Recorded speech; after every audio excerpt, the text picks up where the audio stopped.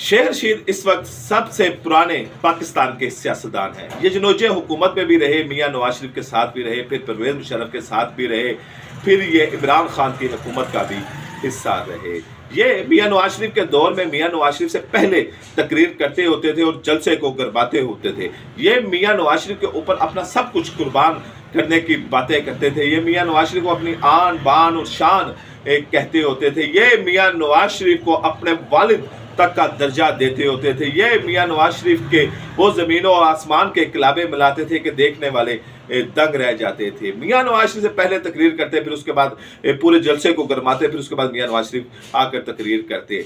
बेगम कलसूम नवाज ने जब परवेज मुशर्रफ ने मार्शल लगाया और मियाँ मोहम्मद नवाज शरीफ अपनी औलाद समेत, अपने बेटों समेत अडयाला जेल में बंद थे, तो बेगम कलसूम नवाज ने इनकी रिहाई के लिए और जमहूरियत के लिए एक तहरीक चलाई हुई थी। वो लाल हवेली में गई शेख रशीद के पास। ये वही शेख रशीद है कि जिसने मियाँ नवाज शरीफ को अपनी आन बान और शान कहा हुआ था और मियाँ नवाज शरीफ के ऊपर सब कुछ कुर्बान करने के लिए तैयार था। बेगम कलसूम नवाज इसी शेख रशीद को मिलने गई और उनसे कहा कि ये हुआ है आपके उस लीडर के साथ, मैं उसकी बेगम हूँ, तो आइए मिलकर तहरीक चलाते हैं। तो शेख रशीद ने टांग पे टांग रखते हुए, सगार का कश लेते हुए बेगम कलसूम नवाज को कहा कि जाओ बीबी जाओ, चलो चलो चलो, ना तुम्हारे खावंद ने अब बाहर आना है और ना तुम्हारे बेटों ने अब बाहर आना है। जाओ बीबी, ये सियासत तुम्हारे बस का काम नहीं, जाओ जाके घर में बैठो अपने।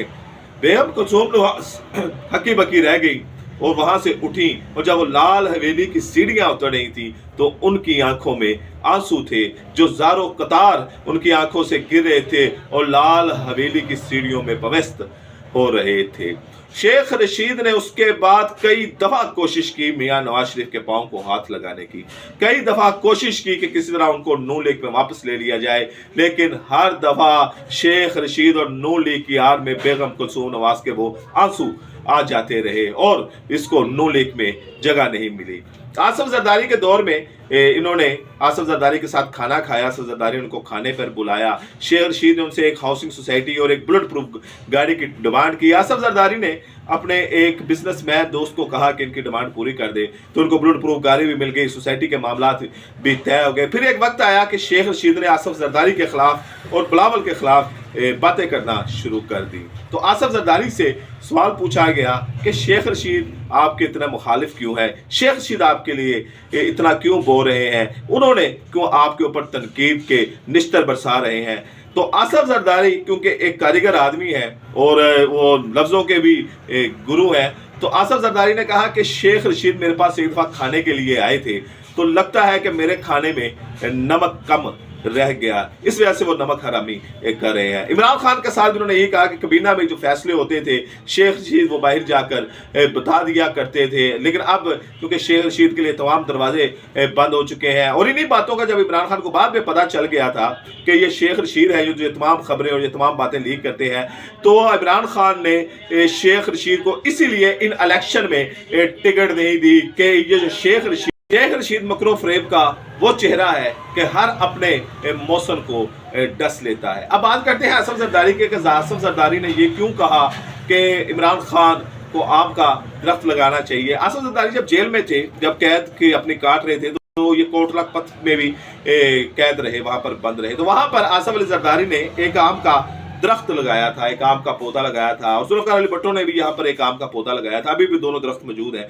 आसफ अली जरदारी ने वहां पर एक आम का पौधा लगाया था और वो आम बड़ा होता गया, फिर उसके ऊपर फल लगते रहे, और आसफ जरदारी ने वो जो पौधा लगाया था वो जब तनावर दरख्त बन गया, उस पर फल लगा, तो उस दरख्त का आम खाया था। इसलिए इन्होंने इमरान खान को मशवरा दिया है कि आप आम का दरख्त लगाएं, फिर उसका आम खाएं। उनका कहने का मतलब है कि सियासी जो लीडरान होते हैं उनकी रिहाई इतनी जल्दी नहीं होती।